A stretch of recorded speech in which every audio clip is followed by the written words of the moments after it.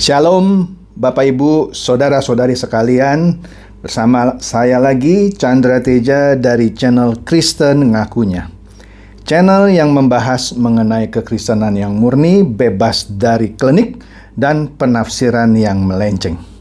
Bagi Anda semua yang belum subscribe channel saya, silakan subscribe channel saya, tekan loncengnya, agar Anda dapat notifikasi setiap kali saya mengupload video-video saya. Oke, pada kesempatan kali ini saya akan membahas sebuah topik yang menarik juga, yaitu mengenai Kristen sakit jiwa. Loh, maksud Bapak apa Kristen sakit jiwa? Bapak menghina agama Kristen? Ya, bagaimana mungkin saya menghina agama Kristen? Saya sendiri beragama Kristen. Saya juga pendeta. Jadi nggak mungkin lah saya menghina atau menjelek-jelekan kekristenan. Justru ini adalah otokritik. Ya, untuk kekristenan yang modern, yang ya melenceng-melenceng gitulah, oke? Jadi begini, sekarang ini atau dewasa ini tidak sedikit kita lihat orang-orang pada umumnya dulu ya, pada umumnya yang merasa kurang lengkap atau enggak pol gitu ya, kalau dia tidak dihormati atau tidak dihargai orang. Iya, kalau dia merasa, nih orang nggak menghormati gua nih. Ini orang, ya kan, tidak menghormati saya, tidak menghargai saya, menghormati saya, dan segala macam gitu. Seperti ada yang kurang gitu, karena dia tidak mendapatkan kehormatan yang menurut dia patut dia dapat, atau tidak mendapatkan penghargaan yang dia rasa harusnya dia dapat. Sehingga dia merasa enggak lengkap. Inilah keangkuhan yang banyak menghinggapi kehidupan tidak sedikit orang. Tidak sedikit orang. Termasuk di dalamnya juga orang-orang Kristen. Jadi jangan Anda anggap orang-orang Kristen terbebas dari hal seperti ini, yang butuh kehormatan, butuh penghargaan. Tidak sedikit, ya. Kalau saya mau bilang banyak nggak enak, maka saya sebut aja tidak sedikit. Oke. Ciri-ciri yang mudah terlihat ialah keinginannya menuntut orang-orang yang di sekitarnya, memberikan penghargaan dan penghormatan kepadanya sampai tingkat tertentu yang diharapkan. Kalau dia belum dapatkan itu, dia masih merasa kurang. Dia masih kurang. Nah, inilah orang-orang yang gila hormat. Gila hormat, ya kan? Orang seperti ini pastinya tidak akan mampu melayani orang lain karena dia sendiri minta dihormati. Bagaimana dia bisa mampu melayani orang lain? Kalaupun dia melakukan satu atau dua tindakan yang seakan-akan mau diperagakan atau dicitrakan melayani orang lain, itu cuman pencitraan, bukan pelayanan yang sesungguhnya. Ya kan? Karena kenapa? Iya, dia akan berusaha menjaga nama baik, jaim gitu ya, menjaga kredibilitasnya, reputasinya dengan segala macam cara. Jadi dia tidak mungkin tulus melayani orang lain karena dia sendiri perlu dilayani, mendapatkan penghormatan dan penghargaan. Nah, biasanya orang-orang seperti ini punya kecurigaan yang tinggi terhadap orang-orang di sekitarnya. Dalam tingkat tertentu, orang-orang seperti ini termasuk golongan sakit jiwa. Nah, orang seperti ini mudah tersinggung oleh masalah sepele, ya.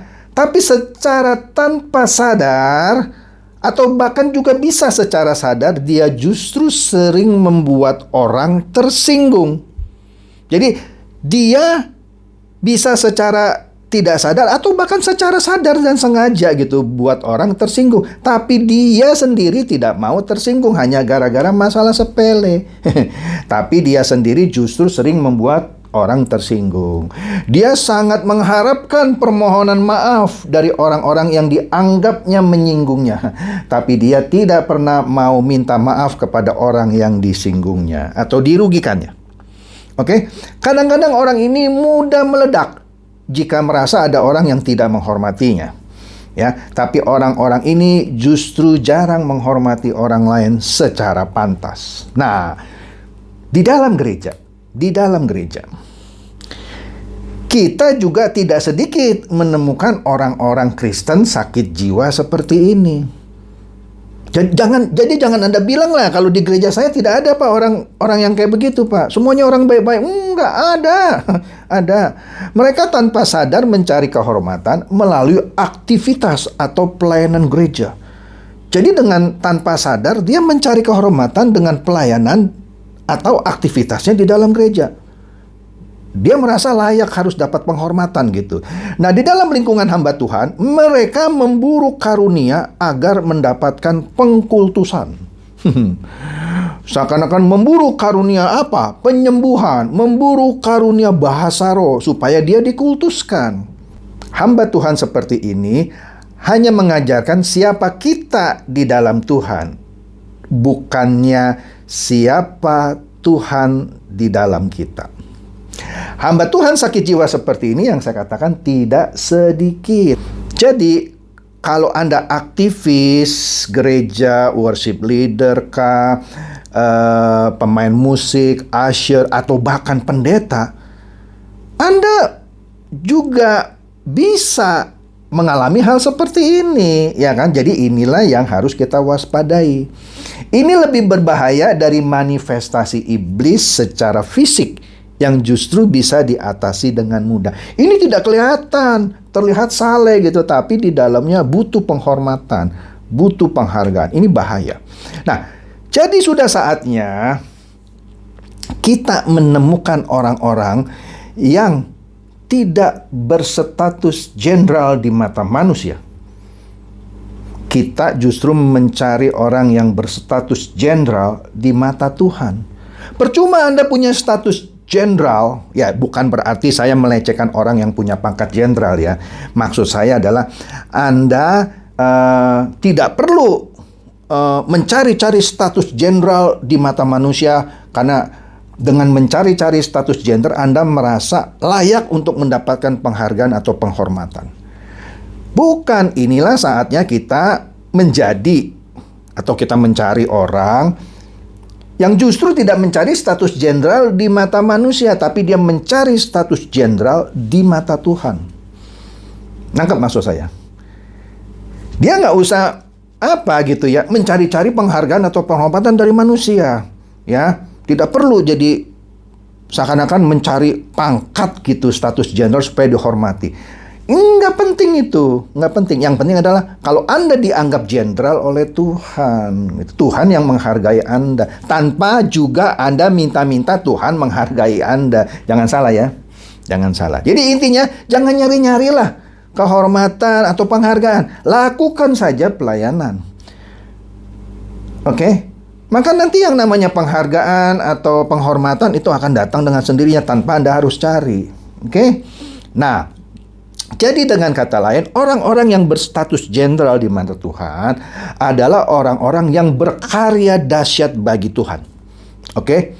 Berkarya dahsyat bagi Tuhan, berdampak bagi manusia banyak, tetapi dia bersembunyi dari elu-eluan manusia. Sehingga kehormatan itu tetap dia berikan kepada Tuhan. Ya kan? Bukan menjadi sesuatu yang harus dia miliki. Enggak, segala kehormatan dia berikan kepada Tuhan. Itulah pelayanan yang sesungguhnya, bukan untuk mencari penghargaan atau penghormatan untuk pribadinya. Nah, sayangnya tidak sedikit hamba-hamba Tuhan yang memanfaatkan demonstrasi kuasa Roh Kudus untuk ketenaran dirinya. Wah, mempraktekkan penyembuhan di pinggir jalan gitu ya, merebahkan orang gitu ya. Saya bukan tidak percaya mujizat penyembuhan tetap ada. Tetapi kalau itu didemonstrasikan secara berlebihan sehingga itu hanya untuk penghargaan atau kehormatan diri orang yang mendemonstrasikan itu, nah itu salah. Mungkin saja betul Tuhan pakai dia untuk menyembuhkan. Sekali lagi Tuhan pakai ya, bukan dia yang menyembuhkan. Tuhan pakai. Tapi itu tidak perlu didemonstrasikan besar-besaran gitu. Tuhan Yesus saja tidak pernah demonstrasi besar-besaran kok. Lah ini manusia biasa. Mungkin dia dapat karunia, mungkin gitu ya. Ya, tapi didemonstrasikan lah. Tuhan Yesus saja tidak pernah mendemonstrasikan. Nah, tujuannya apa? Untuk mencari kehormatan, mencari penghargaan. Ya kan? Mungkin dia bisa bahasa roh gitu. Didemonstrasikan. Yang lucunya adalah dia nggak bisa bahasa roh, dia demonstrasikan bahasa roh hafalan. Ini kan memalukan, ya kan? Jadi mereka mencari ketenaran untuk dirinya. Jadi dia tidak memberikan kehormatan atau kemuliaan bagi Tuhan untuk dirinya. Mereka membangun menara Babel yang terselubung. Oke? Jangan dukung pelayanan pendeta seperti ini. Oke? Karena dia membangun Babel terselubung di dalam dirinya sendiri. Jadi sekarang bukan zamannya lagi menarik perhatian dan hormat orang kepada diri kita. Tapi tariklah perhatian dan hormat mereka kepada Tuhan Yesus Kristus yang akan datang kembali. Kini saatnya lah kita membangun manusia besar di hadapan Tuhan. Bukan gereja besar yang membuat orang terkagum-kagum terhadap gereja kita. Tidak salah kalau Anda punya gereja besar gitu ya. Ya silakan kalau Anda punya kemampuan finansial, Anda buat gereja besar. Tetapi bukan itu tujuan Anda membuat gereja besar supaya orang terkagum-kagum terhadap gereja Anda. Gitu. Jadi gereja yang sejati sebenarnya adalah orang-orang percaya yang memberikan kemuliaan bagi nama Tuhan Yesus Kristus, bukan kepada dirinya. Pertanyaannya, apakah sekarang Anda masih menjadi seorang Kristen sakit jiwa? Yang tadi saya uraikan. Yang melalui pelayanannya, entah itu cuman usher, pemain musik, worship leader, atau bahkan pendeta, justru melakukan pelayanan itu supaya dia mendapatkan penghargaan atau kehormatan dari orang lain. Merasa bangga atau senang kalau dipuji gitu ya. Ya, dan itu dicari sama dia. Dicari. Ya tidak salah sih orang memuji misalnya, suara kamu bagus, khotbahnya tadi memberkati, tidak salah. Tetapi kalau itu yang selalu dicari pujian di balik pelayanan, nah itu motivasinya salah. Itu artinya dia mencari penghargaan dan penghormatan. Oke? Kalau Anda ada di situ, artinya Anda ada potensi menjadi Kristen sakit jiwa. Oleh karena itu, saran saya jika Anda punya indikasi seperti itu, bertobatlah. Kembalilah ke jalan yang benar. Jangan cari penghargaan atau kehormatan. Ya, tapi kalau ada orang yang memberikan Anda penghargaan kehormatan, yaitu efek yang normal gitu ya. Ya, karena mungkin suara Anda bagus sebagai worship leader atau khotbah Anda memberkati, Anda bisa saja mendapatkan pujian. Itu tidak salah sebenarnya. Tapi bukan itu semata-mata yang Anda cari, ya. Ingat, bukan itu yang Anda cari untuk meningkatkan harga diri Anda. Oke? Jadi demikian saja. Silakan share pencerahan ini kepada teman-teman, sahabat, kerabat, supaya mereka juga boleh tercerahkan. Oke? Shalom.